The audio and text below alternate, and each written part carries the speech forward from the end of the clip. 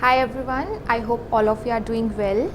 So as we are doing the lecture series of stereochemistry, in previous lectures we have studied about different representations, mirror images, asymmetric center and DL configurations or DL notations, right?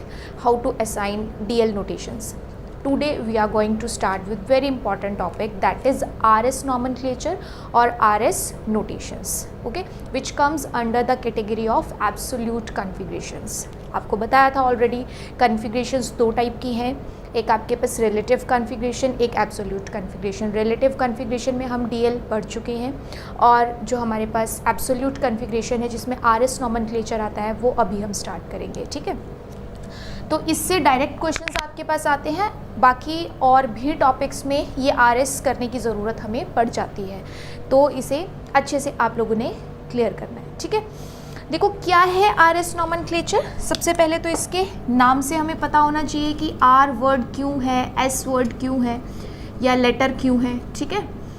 तो R जो है actual में ये हमारे पास लिया गया है rectus word से, S जो लिया गया है वो लिया गया है सिनिस्टर वर्ड से, ठीक है। तो हमारे पास ये रेक्टस और सिनिस्टर जो टर्म्स हैं या जो वर्ड्स हैं, इनका एक्चुअल मीनिंग क्या होता है। Rectus means right handed and sinister means left handed, जिसे हम अपने रूल्स के साथ यहाँ पे कैसे कोरिलेट करते हैं। राइट हैंडेड को हम ज़्यादातर क्लॉकवाइज मान के चलते हैं और लेफ्ट हैंडेड को हम एंटी क्लॉकवाइज मान के चलते हैं, ठीक है। क्लॉकवाइज रोटेशन तो राइट हैंडेड तो रेक्टस, अगर एंटी क्लॉकवाइज रोटेशन तो लेफ्ट हैंडेड या फिर सिनिस्टर। तो इसके ये जो फर्स्ट लेटर है इन्हीं से ये RS नॉमेनक्लेचर का नाम पड़ा है या RS नोटेशन कहा जाता है, ठीक है। अब ये जो RS नॉमेनक्लेचर, जैसे आप लोगों ने DL नॉमेनक्लेचर पढ़ा, एग्जैक्टली RS नॉमेनक्लेचर में भी कुछ रूल्स हैं, हमें उन रूल्स को फॉलो करना पड़ता है एंड आफ्टर दैट ही हम ये RS अप्लाई कर सकते हैं, ठीक है। तो वो देखो हमारे पास रूल्स क्या क्या है।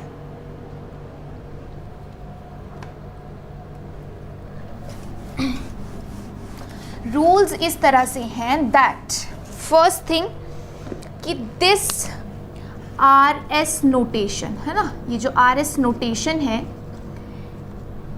Is represented in wedge and Fischer, is represented in wedge and Fischer representation only, ठीक है। तो हमारे पास यहाँ पे जो भी RS की हम बात करेंगे उसके लिए दो रिप्रेजेंटेशन है, जैसे DL के लिए स्पेसिफिकली फिशर थी, वैसे ही RS के लिए आपके पास सिर्फ दो हैं। कौन कौन सी? वेज और फिशर, इन दोनों में आप RS कर सकते हो, ठीक है। दूसरी बात कि आपके पास जहाँ एसिमेट्रिक सेंटर होगा, जहाँ पे कायरल सेंटर होगा, वहीं पे आप RS करने का सोचेंगे ऑन एसिमेट्रिक सेंटर। अगर आपके पास कोई कायरल सेंटर नहीं है, आपको लास्ट लेक्चर में सिखाया है कैसे चेक करते हैं कायरल सेंटर। अगर आपके पास कोई कायरल सेंटर नहीं है तो आप वहाँ पे RS के बारे में नहीं सोचेंगे। बट इसके बाद एक और इम्पॉर्टेंट पॉइंट है कि कायरल सेंटर होने के बाद भी orientation must be defined, orientation must be defined. अब इसका मतलब क्या है that orientation must be defined. जैसे सपोज आपके पास ये एक कायरल कार्बन है, ठीक है। अब यहाँ पे मेरे पास क्या है कि इस कार्बन के चारों बॉन्ड डिफरेंट है, तो ये कायरल कार्बन तो है, कायरल या एसिमेट्रिक कार्बन तो है, बट अगर कोई मुझे कहे कि आप इसमें RS कर सकते हो तो मेरा आंसर होगा no, I can't assign RS notations for this molecule। क्यों? क्योंकि इसमें ओरिएंटेशन डिफाइंड नहीं है, हमें नहीं पता कौन सा सब्स्टिट्यूएंट बिलो है, कौन सा सब्स्टिट्यूएंट अवे है, ठीक है। क्योंकि एक कार्बन पे अगर ये वेज रिप्रेजेंटेशन है तो हमें इस तरीके से पता होना चाहिए कि कौन से दो सब्स्टिट्यूएंट ऑन द प्लेन है, कौन एक अवे फ्रॉम द ऑब्जर्वर है और एक कौन सा टूवर्ड्स द ऑब्जर्वर है। वैसा कुछ भी डिफाइंड नहीं है तो उसमें आप RS नहीं कर पाओगे। ये क्यों नहीं कर पाओगे ये आपको पता चलेगा जब आप सारे रूल्स स्टडी कर लोगे, ठीक है। और अगर इसी जगह मेरे पास ऐसा कोई मॉलिक्यूल दिया होता जिसमें मुझे एग्जैक्टली बताया है कि OH टूवर्ड्स है, हाइड्रोजन अवे है, इथाइल एक तरफ प्लेन पे है, मिथाइल दूसरी तरफ प्लेन पे है, तो अब मुझे पता है कि ये 4 बॉन्ड डिफरेंट है, इसलिए इसमें एसिमेट्रिक सेंटर प्रेजेंट है।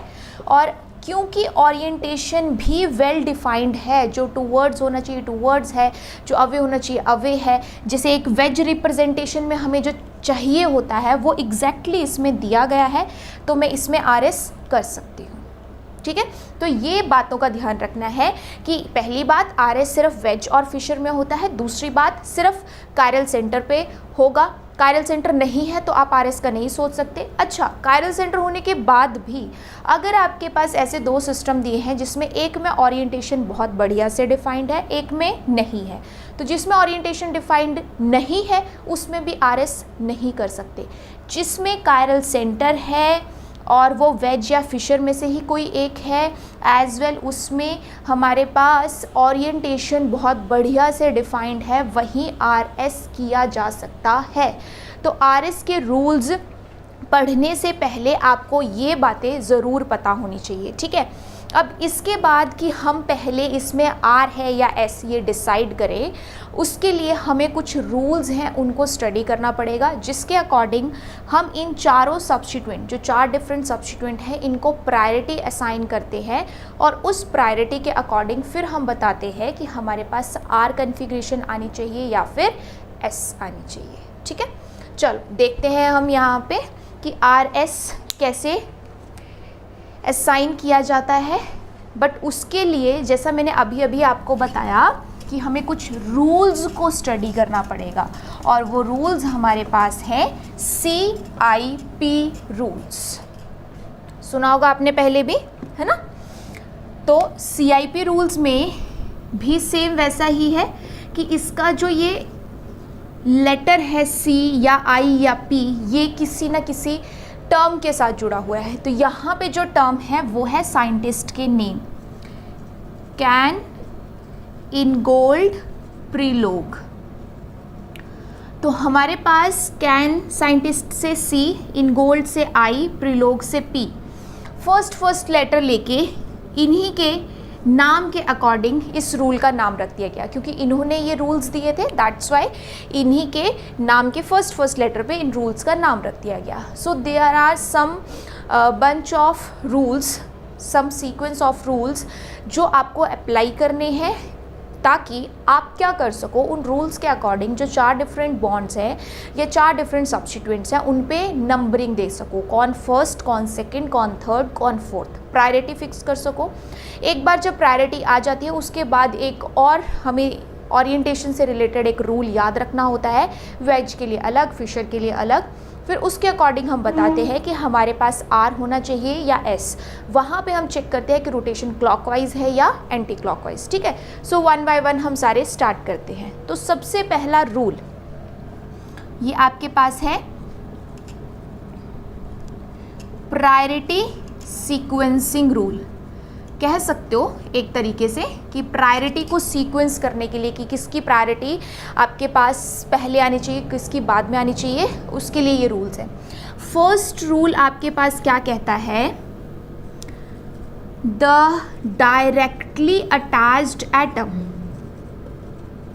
The directly attached atom with higher atomic number, with higher atomic number will get higher priority over directly attached atom with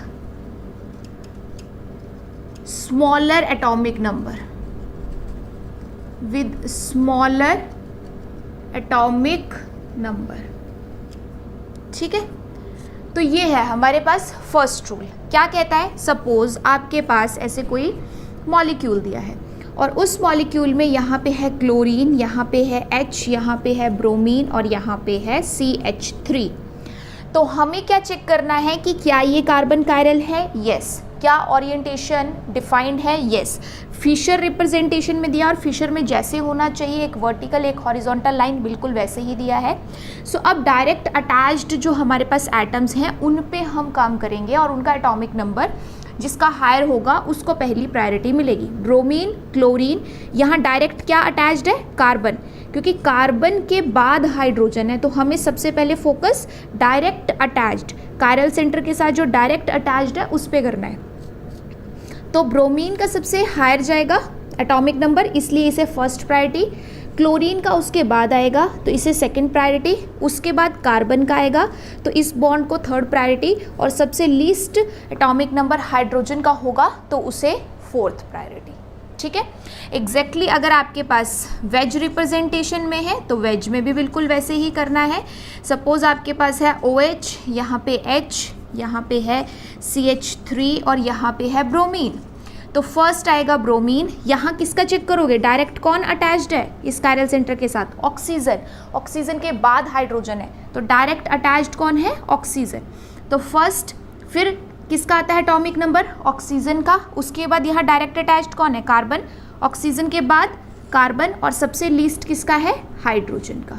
तो इस तरीके से हमारे पास अगर कायरल सेंटर के साथ जो डायरेक्ट अटैच्ड एटम है उनका एटॉमिक नंबर डिफरेंट है तो वहीं से हमारे पास प्रायोरिटी असाइन हो जाती है।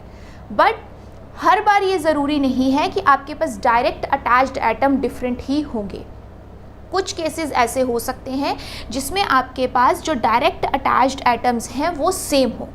अगर वो सेम है फिर हमें क्या करना होता है, उसके लिए आप सेकंड पॉइंट लिख सकते हो। ठीक है, फर्स्ट क्लियर हो गया कि जिसका एटॉमिक नंबर हायर है उसको हायर प्रायोरिटी। ठीक है, देखो अगर आपके पास क्या कह रहे हैं, डायरेक्टली अटैच्ड एटम, जो डायरेक्ट अटैच्ड एटम है उनका एटॉमिक नंबर सेम है तो उस केस में आपको क्या करना है, आपको फर्दर मूव करना है। ठीक है, लिखो if directly attached atoms are having same atomic number, then move to further atoms until priority is not distinguishable।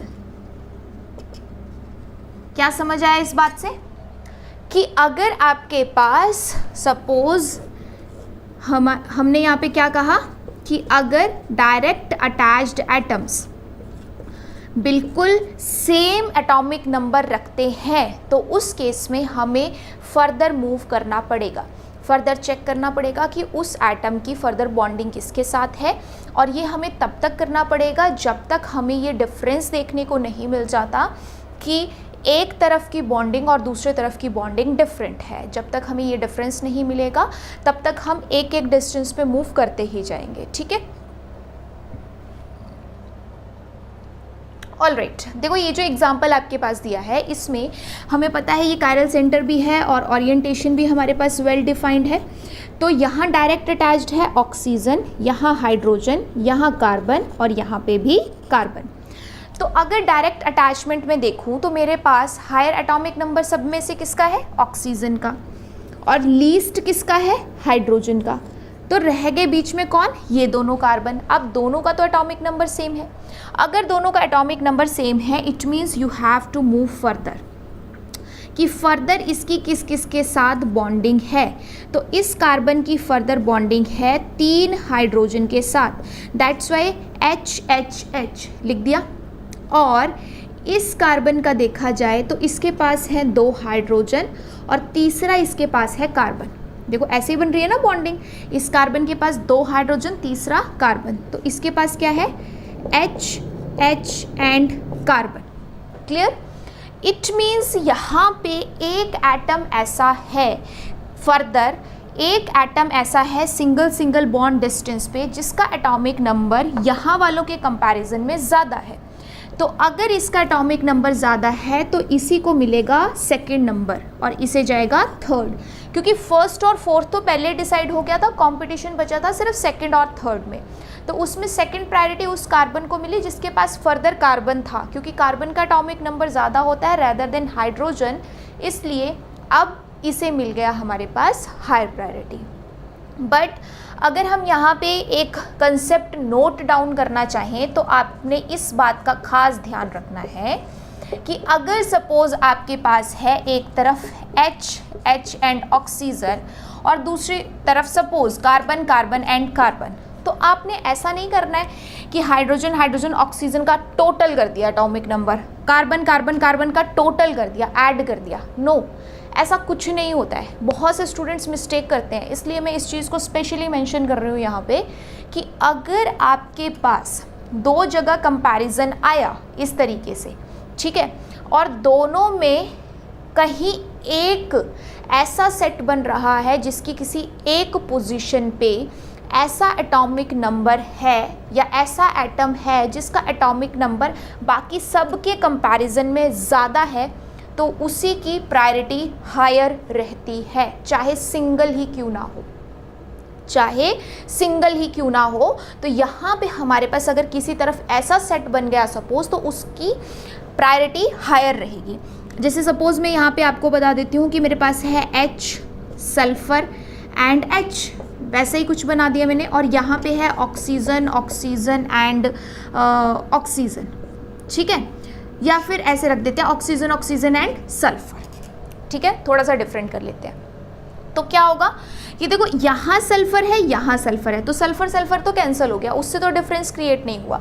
Create हुआ किससे कि यहाँ दो हाइड्रोजन थे यहाँ दो ऑक्सीजन थे, तो ऑब्वियस सी बात है अब प्रायोरिटी हायर किसे मिलेगी, ऑक्सीजन ऑक्सीजन सल्फर को।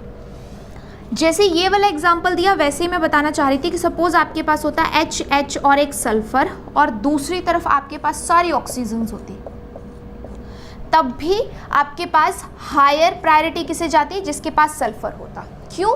क्योंकि मैं ऑलरेडी ये मेंशन कर चुकी हूँ कि अगर दोनों तरफ कंपैरिजन में कोई भी एक ऐसा सेट बनता है जिसमें बेशक एक ही एटम ऐसा है जिसका एटॉमिक नंबर बाकी सब के कंपैरिजन में ज़्यादा है, तो उसी को हायर प्रायोरिटी मिलती है। कभी भी आप इनका ऐड करके चेक नहीं करोगे, ठीक है। Please note this point, important है। यह गलती कर देते हैं बच्चे जो अब आपको बिल्कुल भी नहीं करनी है, ठीक है। अब इसके बाद हमारे पास दो बातें तो क्लियर हो गई कि अगर हमें डायरेक्ट अटैच्ड मिल जाते हैं डिफरेंट तो प्रायोरिटी कर दो, डायरेक्ट नहीं मिलते हैं तो एक एक बॉन्ड डिस्टेंस फर्दर मूव करते।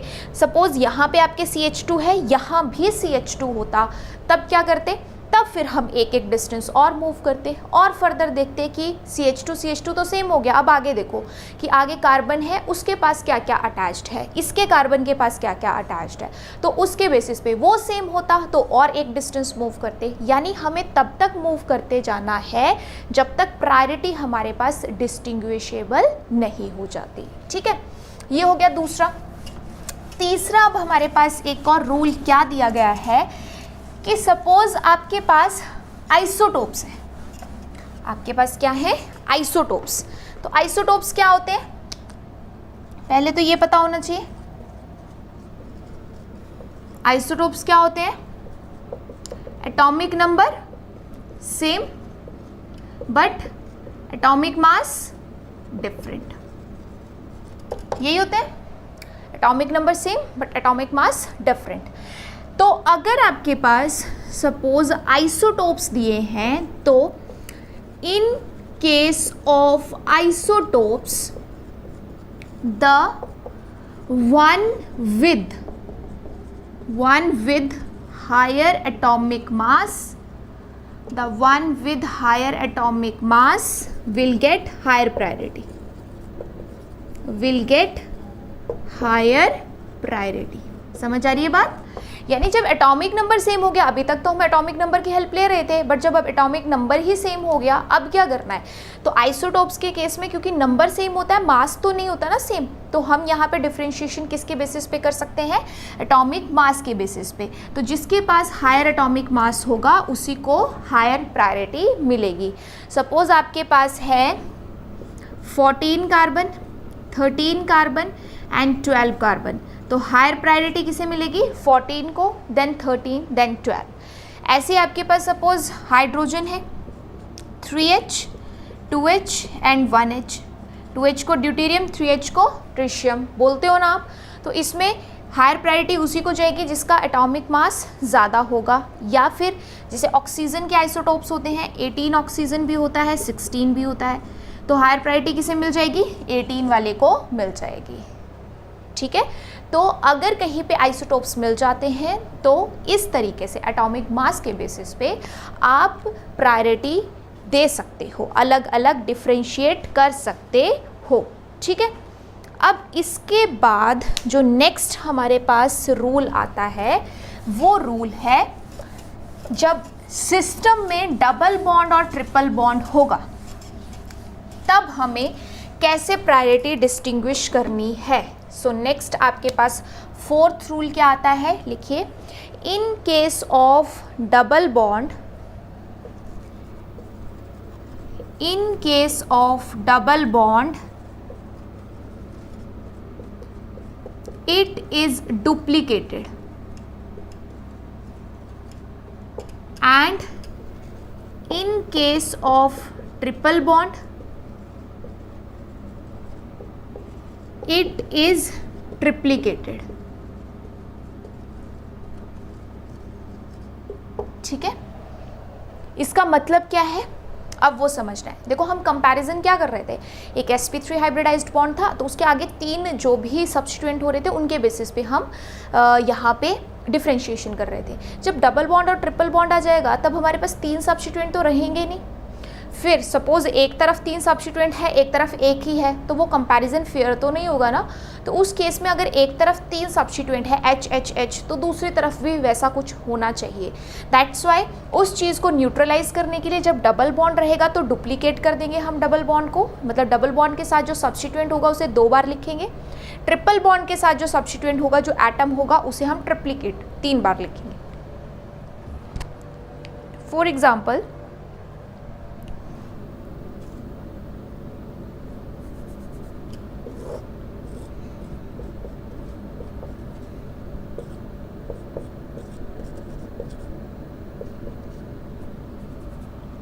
ठीक है, इस तरीके से CHO है एक तरफ और एक आपके पास ओलेफिन है, यहाँ पे है कार्बन CH3 CH3 CH3 और यहाँ पे है CH2 CH2 देन SH।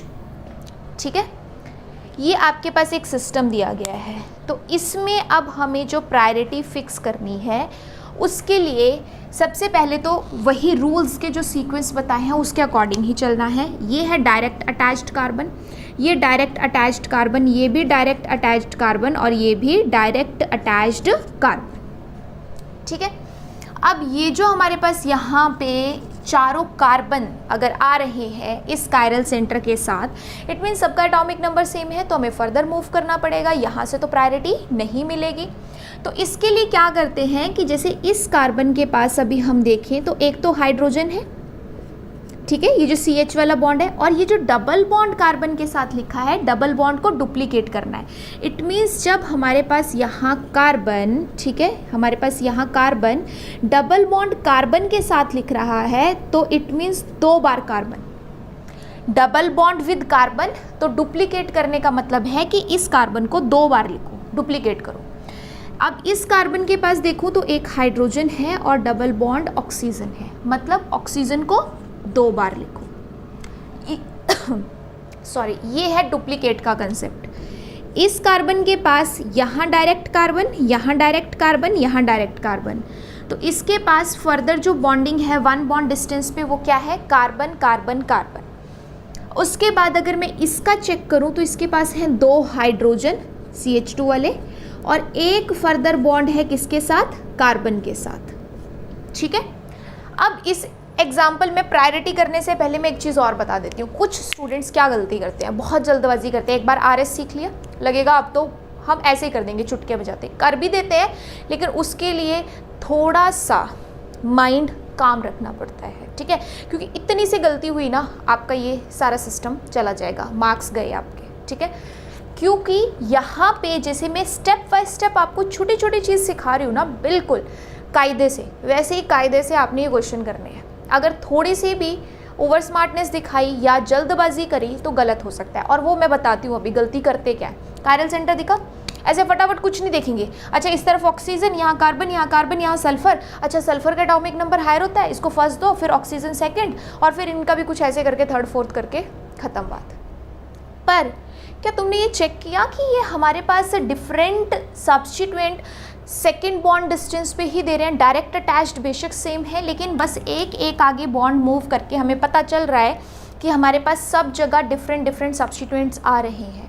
अगर सब जगह different different substituent one bond पे ही हमें मिल जा रहे हैं तो हम दूसरे या तीसरे बॉन्ड पे मूव करेंगे ही क्यों, हमें वहाँ तक जाने की ज़रूरत है ही नहीं।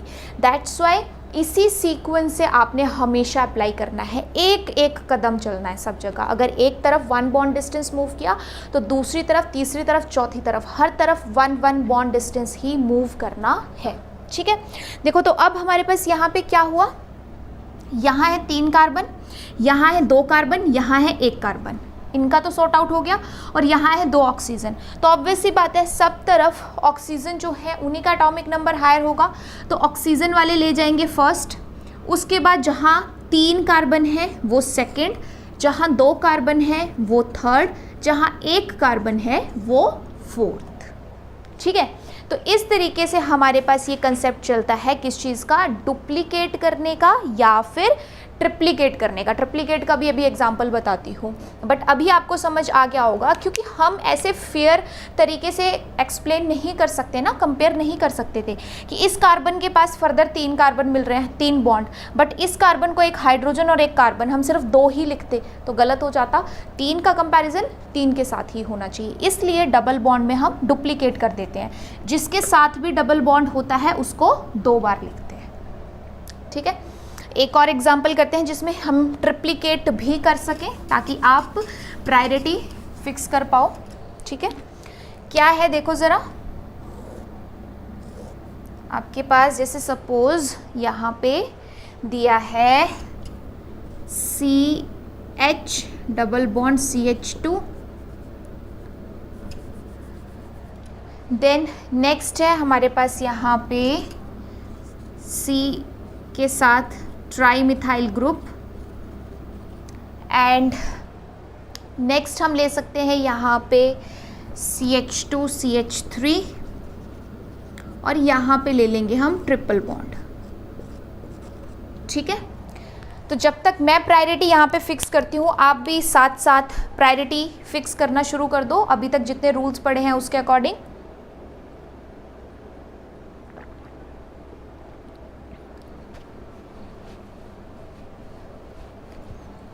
देखो क्या होगा हमारे पास, सबसे पहले तो यहाँ पे ये भी कार्बन, ये भी कार्बन, ये भी कार्बन, ये भी कार्बन, तो कार्बन के बेसिस पे तो हम नहीं बताएंगे, हमें फर्दर मूव करना पड़ेगा। तो वही बात है, देखो इस कार्बन के पास क्या है, कार्बन कार्बन कार्बन, इस कार्बन के पास क्या है, 2 हाइड्रोजन 1 कार्बन, इस कार्बन के पास क्या है, 2 कार्बन और 1 हाइड्रोजन, और इसके पास क्या है, ट्रिपल बॉन्ड है कार्बन के साथ, तो ट्रिप्लीकेट मतलब 3 carbon.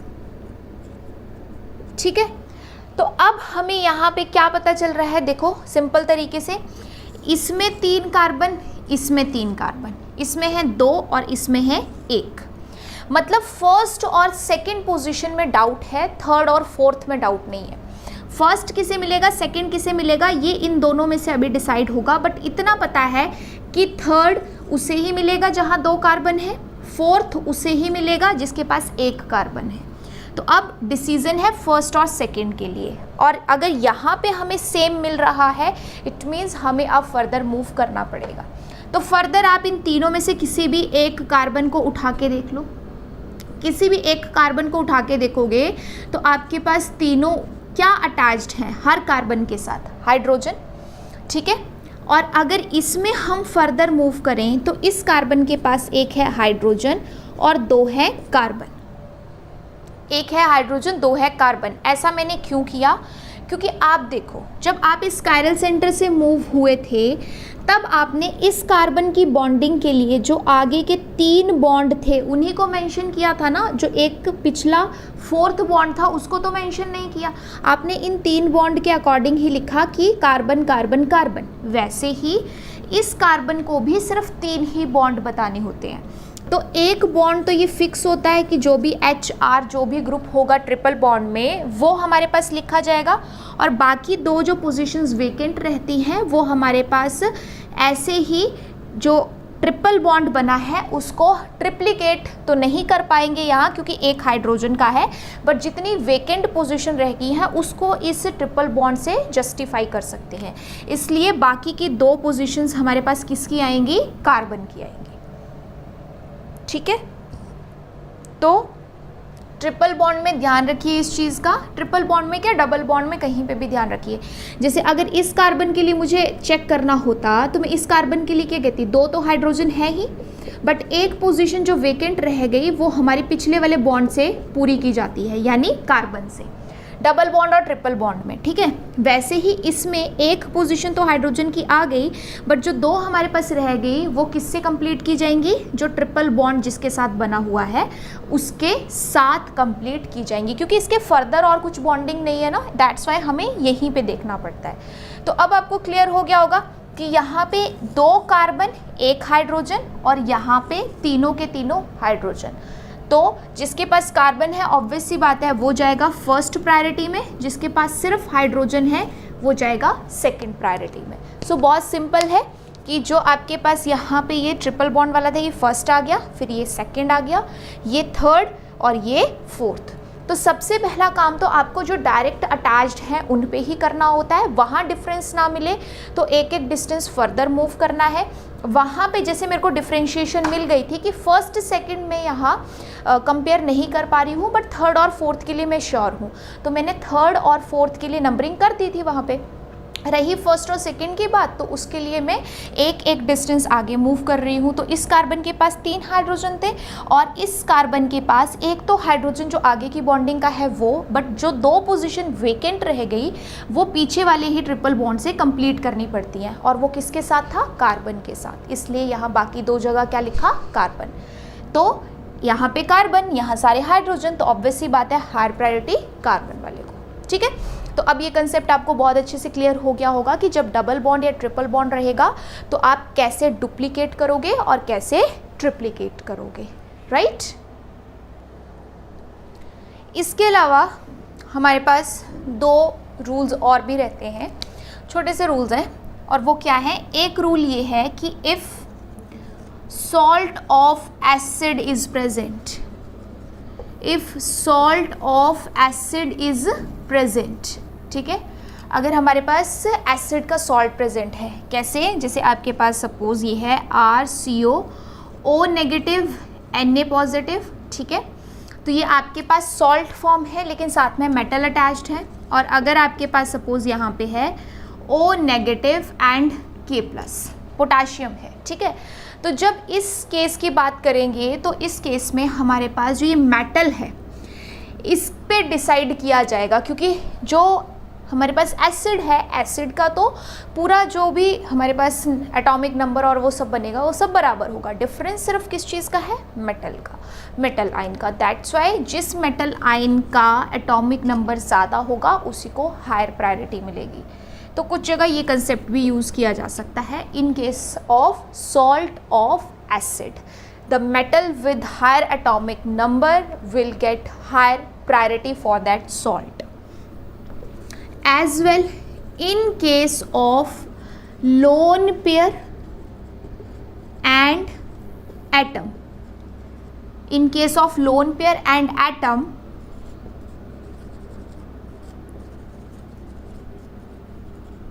atom will get higher priority over lone pair, ये याद रखिएगा।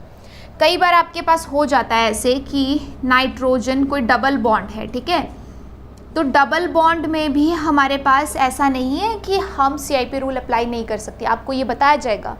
एक हमारे पास नॉमेनक्लेचर जैसे सिस ट्रांस होता है, वैसे EZ नॉमेनक्लेचर भी होता है ना, तो उसमें भी हमें CIP रूल्स की ज़रूरत पड़ती है। तो वहाँ पे ये रूल हेल्प करता है कि अगर आपके पास सपोज एक तरफ एटम है, एक तरफ लोन पेयर है, और आपको इन दोनों में प्रायोरिटी फिक्स करनी है, तो हमेशा जो एटम होगा उसे हायर प्रायोरिटी मिलेगी, जो लोन पेयर होगा उसे एटम के कंपैरिजन में होने पे लोअर प्रायोरिटी मिलेगी। तो ये भी एक CIP रूल है that atom gets higher priority over lone pair if there is comparison of both. ठीक है, तो ये हमारे पास कुछ CIP रूल्स हैं जिन्हें हम प्रायोरिटी फिक्स करने के लिए यूज़ करते हैं। क्विक रिवीजन करते हैं क्या किया। अगर आपके पास कोई chiral centre with defined orientation दिया है तो जस्ट चेक करो कि आपके पास जो डायरेक्ट अटैच्ड एटम है उनका एटॉमिक नंबर डिफरेंट है या नहीं। अगर उनका एटॉमिक नंबर डिफरेंट है वहीं से प्रायोरिटी फिक्स कर दो। अगर डिफरेंट नहीं है, कुछ एटम्स ऐसे हैं डायरेक्ट अटैचमेंट में, कायरल सेंटर के डायरेक्ट अटैचमेंट में, जिनका एटॉमिक नंबर सेम है, then you have to move further. और कब तक मूव करते जाना है, एक एक डिस्टेंस पे कैलकुलेट करते हुए, जब तक आपको जो प्रायोरिटी है वो डिस्टिंग्विशेबल नहीं लगती है, अलग अलग नहीं लगती है, तब तक मूव करते जाओगे। डन। इन केस आपके पास आइसोटोप्स ही दे दिए, एक तरफ आपके पास 18 ऑक्सीजन है और दूसरी तरफ 16 ऑक्सीजन है, तो अब तो एटॉमिक नंबर दोनों का सेम है। जब एटॉमिक नंबर सेम होगा तो एटॉमिक मास जिसका हायर होगा उसे हायर प्रायोरिटी मिलेगी। अगर आपके पास डबल बॉन्ड या ट्रिपल बॉन्ड है तो डबल बॉन्ड के केस में डुप्लीकेट करना है, ट्रिपल बॉन्ड के केस में ट्रिप्लीकेट करना है। एज वेल अगर आपके पास सॉल्ट ऑफ एसिड है तो मेटल जो हायर एटॉमिक नंबर के साथ होगी उसे हायर प्रायोरिटी मिलेगी, जो स्मॉलर के साथ होगी उसे लोअर प्रायोरिटी मिलेगी। अगर कहीं पे कंपैरिजन एटम और लोन पेयर में है तो एटम को हायर प्रायोरिटी मिलती है ओवर लोन पेयर। तो ये तो बात होगी हमारे पास प्रायोरिटी फिक्स करने की। अब एक बार हमने कैसे स्टार्ट किया RS, कायरल सेंटर ढूंढा, उसके बाद ओरिएंटेशन डिफाइंड होनी चाहिए ये देखा, उसके बाद ये CIP रूल्स के अकॉर्डिंग हमने प्रायोरिटी फिक्स कर दी 1 2 3 4। अब हमें देखना है कि अगर वेज रिप्रेजेंटेशन दिया है तो हम कैसे R और कैसे S बोलते हैं, अगर फिशर रिप्रेजेंटेशन दिया है तो कैसे R और कैसे S बोलते हैं। ठीक है, तो पहले मैं आपको करवाऊंगी फिशर रिप्रेजेंटेशन, वेज रिप्रेजेंटेशन के लिए। दोनों के रूल्स थोड़े से यहाँ से चेंज हो जाते हैं। यहाँ तक तो दोनों के लिए बिल्कुल सही है ये CIP rules and all, but इसके बाद थोड़ा सा चेंज हो जाएगा। चेंज क्या है देखो ज़रा,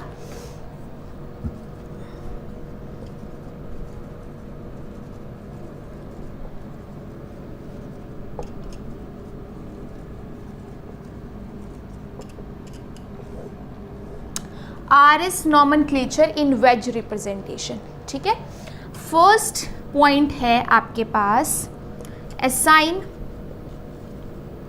priority on asymmetric center according to CIP rule.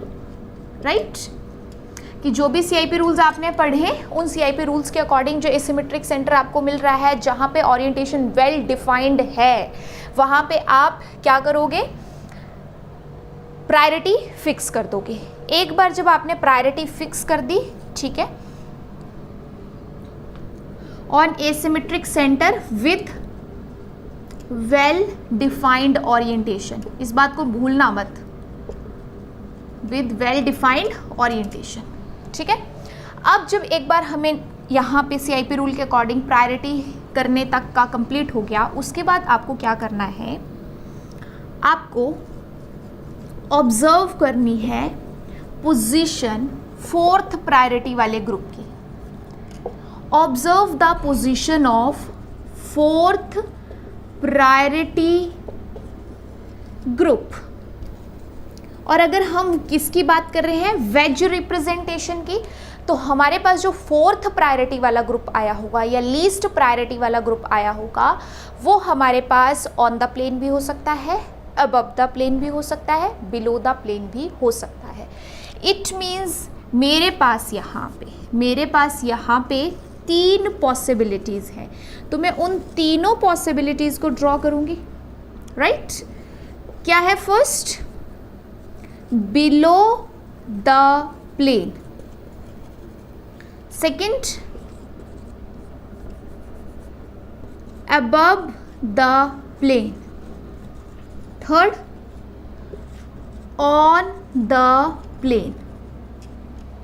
ठीक है, यही तीन पॉसिबिलिटीज है मेरे पास कि जो फोर्थ प्रायोरिटी वाला या लीस्ट प्रायोरिटी वाला ग्रुप होगा या तो वेज रिप्रेजेंटेशन में ऑन द प्लेन है, लेफ्ट राइट कहीं भी हो सकता है, दोनों को लेके चल रही हूँ, या अबव द प्लेन हो सकता है या बिलो द प्लेन हो सकता है। अगर बिलो द प्लेन है तो आपको क्या करना है,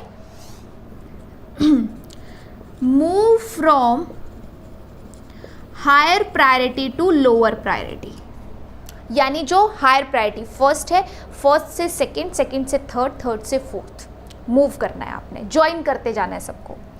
मूव करते हुए आपके पास दो ऑप्शन बनेंगे, या तो आपको मिलेगी क्लॉकवाइज रोटेशन या आपको मिलेगी एंटी क्लॉकवाइज रोटेशन। ठीक है, देखो बिल्कुल स्टेप बाय स्टेप चलना है। क्या कहा, प्रायोरिटी फिक्स करने के बाद आप ये देखो कि फोर्थ पोजीशन वाला सब्स्टिट्यूएंट कहाँ है। अगर फोर्थ पोजीशन वाला सब्स्टिट्यूएंट बिलो द प्लेन है तो आप क्या करोगे, जो हायर प्रायोरिटी वाला सब्स्टिट्यूएंट तो वहाँ से 1 2 3 4 5 6 ऐसे करके ज्वाइन करके 4 तक ही, सॉरी 5 6 नहीं 4 तक ही लोअर प्रायोरिटी तक आओगे आप। ठीक है, 1 2 3 4 या 3 तक भी कर लेते हो, 4 तक नहीं भी जाते हो तब भी काफ़ी हो जाता है। फोर्थ सिर्फ ये देखने के लिए रखो कि बिलो है, अबव है या ऑन द प्लेन है। तो आपको दो तरीके की रोटेशन मिल सकती है, या तो उनको ज्वाइन करते हुए वो क्लॉकवाइज रोटेशन होगी या तो उनको ज्वाइन करते हुए वो एंटी क्लॉकवाइज रोटेशन होगी। अगर वो आपके पास है क्लॉकवाइज रोटेशन तो आपको मिलेगी वो आर कन्फिग्रेशन, और अगर है एंटी क्लॉकवाइज तो आप कहोगे कि इस कायरल सेंटर पे प्रेजेंट है एस कन्फिग्रेशन।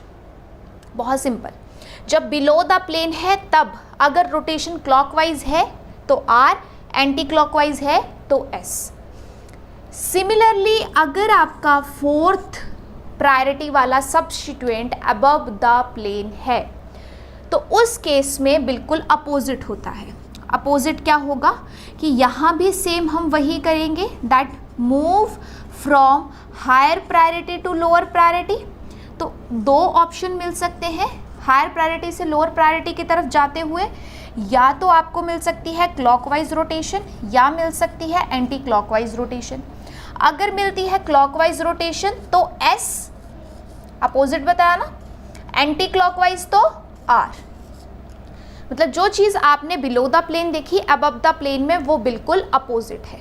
ठीक है, एक चीज़ याद रह जाएगी तो दूसरी अपने आप याद रह जाएगी। ठीक है, बट जब बात आती है ऑन द प्लेन पे तो ऑन द प्लेन में हमें करना पड़ता है यहाँ पे double exchange. On the plane में हमें एक टेक्निक या एक कह सकते हो प्रोसेस फॉलो करनी पड़ती है, और वो है हमारे पास डबल एक्सचेंज प्रोसेस, या फिर आप कह सकते हो double interchange process. Double exchange process या फिर डबल इंटरचेंज प्रोसेस। इसका मतलब क्या होता है ये मैं अभी फर्दर आपको एग्जाम्पल के थ्रू बताती हूँ, बट इन दोनों चीज़ों को अच्छे से नोट कर लो। जो आपको बिलो द प्लेन में मिलता है क्लॉकवाइज से, अबव द प्लेन में क्लॉकवाइज से उसके अपोजिट मिलता है। जो एंटी क्लॉकवाइज से बिलो द प्लेन में मिलता है, अबव द प्लेन में उसके अपोजिट मिलता है। ठीक है, तो ये दो बातें तो क्लियर हो गई। बट जब वेज रिप्रेजेंटेशन में fourth priority on the plane है तब हम डबल इंटरचेंज कैसे करवाते हैं वो एक एग्जाम्पल के थ्रू मैं आपको समझाती हूँ। ठीक है, सपोज आपके पास यहाँ आ गया एक कार्बन एटम जिसके पास 4 डिफरेंट बॉन्ड्स थे, या कह सकते हो 4 डिफरेंट सब्स्टिट्यूएंट्स थे। ठीक है, और वो कुछ ऐसे आए, ये आ गया फोर्थ, है ना, ये 1, ये 2, ये 3। अभी मैंने कोई सब्स्टिट्यूएंट नहीं फिक्स किए, सिर्फ आपको पोजीशंस के बेसिस पे बता रही हूँ कि सपोज ऐसे कोई सब्स्टिट्यूएंट है तो हमें पहले यहाँ पे करना है फर्स्ट इंटरचेंज।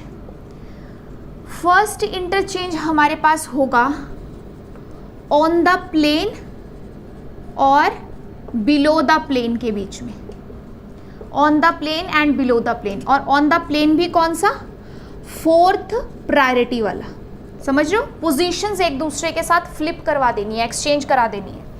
मतलब हमारे पास बिलो द प्लेन पे कौन सा है अभी, सेकंड ना, उसको भेज दो कहाँ, फोर्थ की जगह।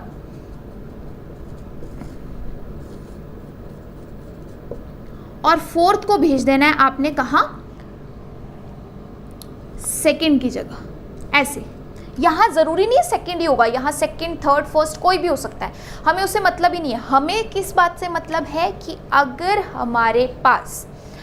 हमारे पास यहाँ फोर्थ प्रायोरिटी को जो ऑन द प्लेन है लेफ्ट या राइट, उसको बिलो द प्लेन लेके जाना है, तो उस चीज़ से कोई फ़र्क नहीं पड़ता कि यहाँ सेकंड प्रायोरिटी था, फर्स्ट था या थर्ड था, हमें जस्ट पोजीशंस को फ्लिप करना है। कर दिया हमने, तो फोर्थ को बिलो भेज दिया, बिलो वाले को ऑन द प्लेन पे भेज दिया, ये हो गया फर्स्ट। अब जो अपने पास सेकंड इंटरचेंज है, या जिसे आप डबल इंटरचेंज कह रहे हो, वो उन सब्स्टिट्यूएंट के बीच में होगा जो आपने पहले स्टेप में फ्लिप नहीं करी। देखो, दो तो आपस में फ्लिप कर दी ना आपने, और उसमें कंसेप्ट था कि जो ऑन द प्लेन है और जो बिलो द प्लेन है उनको फ्लिप करो। बट जो बाकी दो रहेगी, कौन, एक दूसरी साइड वाला ऑन द प्लेन और एक अबव द प्लेन, उनको भी फ्लिप करना पड़ता है। तो अब जो हमारी फ्लिपिंग होगी वो इन दोनों के बीच में होगी, फर्स्ट और थर्ड में। तो यहाँ थर्ड की जगह आएगा फर्स्ट और फर्स्ट की जगह आएगा थर्ड, और यहाँ पे फोर्थ और यहाँ पे सेकंड। तो अब कोई दिक्कत नहीं है। क्यों नहीं दिक्कत, क्योंकि ये रहा 1, ये 2, ये 3, हमने डबल इंटरचेंज करा लिया। 1 2 3 हमें कैसी रोटेशन मिली, ये एंटी क्लॉकवाइज। और मेरे पास फोर्थ प्रायोरिटी वाला ग्रुप अब कहाँ प्रेजेंट है, बिलो द प्लेन। तो क्या बताया था कि अगर fourth priority below the plane है तो एंटी क्लॉकवाइज रोटेशन से आपके पास कौन सी कन्फिग्रेशन आएगी, एस कन्फिग्रेशन। इट मीन्स कि अगर आपके पास on the plane fourth priority वाला सब्स्टिट्यूएंट प्रेजेंट है तो आपको डबल इंटरचेंज कराना है। डबल इंटरचेंज का मतलब है कि उस फोर्थ प्रायोरिटी वाले को पहले बिलो द प्लेन के साथ पोजीशंस को फ्लिप करवाना है, और उसके बाद जो बाकी दो रह गए जिनको हमने फर्स्ट स्टेप में नहीं छेड़ा, उनकी भी पोजीशंस को एक दूसरे के साथ फ्लिप करवाना होता है। एंड इन द एंड फिर हमें जो मिल जाती है डबल इंटरचेंज के बाद, उसमें हम ज्वाइन करते हैं 1 2 3 4 इन सबको, ठीक है। और ज्वाइन करते हुए अगर हमें क्लॉकवाइज मिल रहा है तो आर, एंटी क्लॉकवाइज मिल रहा है तो एस। क्यों, क्योंकि फोर्थ प्रायोरिटी वाला सब्स्टिट्यूएंट है बिलो द प्लेन। और अब मैं आपको इस चीज़ को क्लियर कर देती हूँ कि जब मैं स्टार्टिंग में बोल रही थी orientation must be defined, orientation must be defined, वो इसी स्टेप के लिए थी, तीनों में, चाहे बिलो द प्लेन है, अबव द प्लेन है या ऑन द प्लेन है। अगर हमारे पास ओरिएंटेशन डिफाइंड नहीं होती तो हमें ये पता ही नहीं चलता कि हमारा फोर्थ प्रायोरिटी का ग्रुप कहाँ प्रेजेंट है, और अगर हमें ये पता नहीं चलेगा तो फिर हम फर्दर इन रूल्स को अप्लाई नहीं कर सकते, ठीक है। दैट्स वाई ओरिएंटेशन में और किसी का पता हो ना हो, फोर्थ प्रायोरिटी वाले ग्रुप का पता होना बहुत ज़रूरी है कि वो अबव द प्लेन है या फिर बिलो द प्लेन है, किसमें, वेज रिप्रेजेंटेशन में। So that's how we can assign RS nomenclature in wedge representation, ठीक है। तो ये सारे रूल्स आपको फॉलो करने होते हैं। अब इसके साथ ही सेकंड जो आपको फिशर रिप्रेजेंटेशन बताई गई थी उसके भी रूल्स आप नोट कर लीजिए। RS nomenclature in Fischer representation, RS nomenclature in Fischer representation. Fischer representation में भी आपके पास वैसे ही है, that assign priority according to CIP rule, कहाँ, ऑन एसिमेट्रिक सेंटर। जो भी कायरल सेंटर मिलता है उसमें CIP रूल के अकॉर्डिंग आपने प्रायोरिटी असाइन कर देनी है। Then again observe the position of fourth priority group. अब जो फिशर रिप्रेजेंटेशन है उसमें आपके पास दो ऑप्शन बनते हैं। दो ऑप्शन कैसे बनते हैं फोर्थ प्रायोरिटी वाले ग्रुप के लिए, या तो वर्टिकल लाइन या फिर हॉरिजॉन्टल लाइन, या तो वर्टिकल लाइन या फिर हॉरिजॉन्टल लाइन। वर्टिकल लाइन में आपके पास कहाँ हो सकता है, या तो टॉप पे या तो बॉटम पे, और हॉरिजॉन्टल लाइन में कहाँ हो सकता है, या तो लेफ्ट पे या तो राइट पे, है ना। तो इस तरीके से फोर्थ प्रायोरिटी वाला ग्रुप दो ही जगह हो सकता है, या तो वर्टिकल लाइन पे या हॉरिजॉन्टल लाइन पे। अगर आपके पास वर्टिकल लाइन पे है और after moving from higher priority to lower priority, move from higher priority to lower priority, आपको मिलती है क्लॉकवाइज रोटेशन तो R, अगर मिलती है एंटी क्लॉकवाइज रोटेशन तो S। और सेम यहाँ पे हम क्या करेंगे, move from higher priority to lower priority, जिसमें अगर हमारे पास मिलती है क्लॉकवाइज रोटेशन तो इसके अपोजिट यानी S, और अगर मिलती है एंटी क्लॉकवाइज रोटेशन तो R।